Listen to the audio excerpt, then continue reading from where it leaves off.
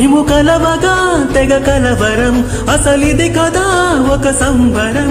ఒక వరసలా కదిలిన క్షణం, ఇక తెలియదే ఒంటరితనం. ఎన్నాళ్ళ కోరారు కన్నోళ్ళిలా, వస్తూనే పోయాయి కన్నీళ్ళిలా.